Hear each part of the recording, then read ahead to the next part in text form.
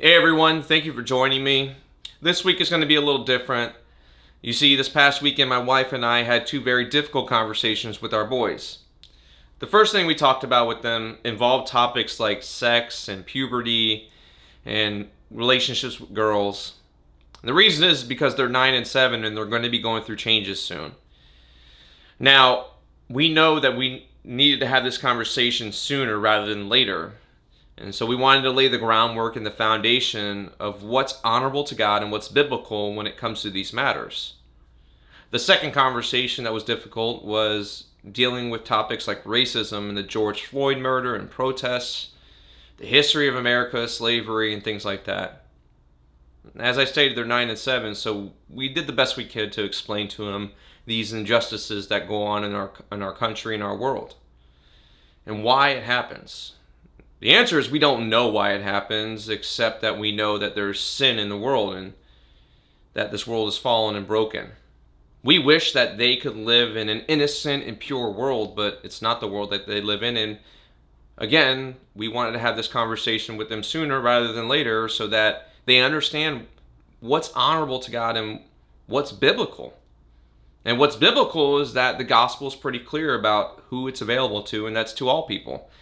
That no matter what your race is, no matter where you're from, the kingdom of God is open to all. And we should act accordingly. Jesus says in the Gospel of John that the world will know us by how we love each other. You see, I can't begin to understand what people that experience racism go through in their hearts and their minds and what it's like for them. I haven't experienced it, and so I couldn't really tell someone that I know exactly what they're going through.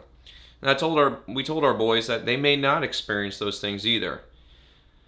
I couldn't give them that perspective, but my wife could. She's from Honduras, and she knows what it's like to be treated differently because of where she's from and how people would look down on her just because she's Hispanic.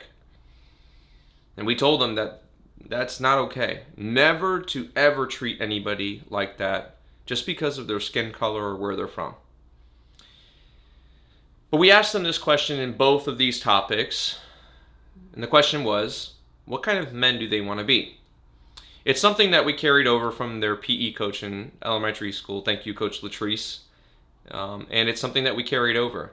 We normally ask it to them when they're in trouble, but we also ask them this question when things are not okay in the world, and we ask them what kind of men do they want to be. Now, when they're asked that question, when they're in trouble, they're not really happy to answer it, but they still answer it. But when they see injustice go on and around them and in the world, they confidently answer, I want to be a man of Christ.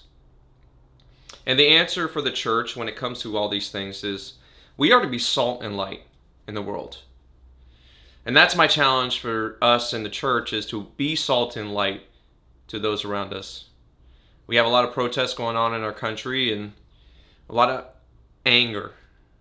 Hatred is spilled out across our country when it's revealed. The hatred that's revealed in our country when it comes to these things like racism. And that's what that is. Racism is hatred that's founded from pride. It's someone saying to someone else that I'm better than you because I'm this color of skin and you're this color, or I'm from this country and you're from this country. And that's not okay. That's pride, and racism is rooted in pride. So, for us at the church, we are to be salt and light. We are to reveal what's wrong, what's not okay, what's biblical. We are to bring hope to this world. We are to bring the love of Christ to those around us. It's going to come in different forms and it's going to show out in different ways. But everything we do ought to be rooted in what the love of the gospel is, what the love of Christ is. You see, John 3:16 says, "For God so loved the world that he gave his only son." He didn't send Jesus because he hated us. He sent it because he loved us. And we are to share that love with others. For those that have experienced mistreatment and injustice, we are also to show love to our enemies. and pray for those that persecute us. It's what Jesus said. It's not an easy pill to swallow. And I can't begin to understand anybody that's experienced mistreatment like that. So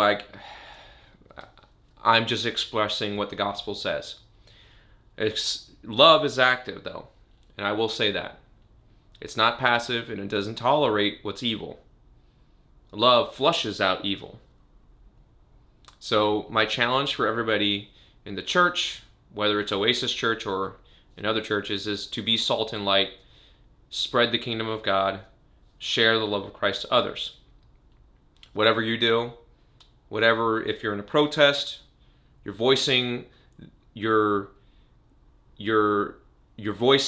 your voice known about injustice and racism,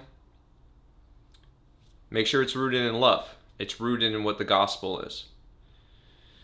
So, thank you so much. This is an unedited version. As you could tell, I didn't make any cuts or edits. I wanted to share my heart with you guys. I wanted to make sure that you understood what's truly in my heart and see my flaws and how I try to express what God is sharing to me.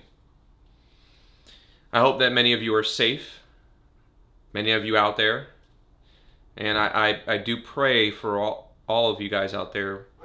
I pray that you stay safe, and I pray that the message of the gospel is being proclaimed. So thank you. We'll talk to you next week.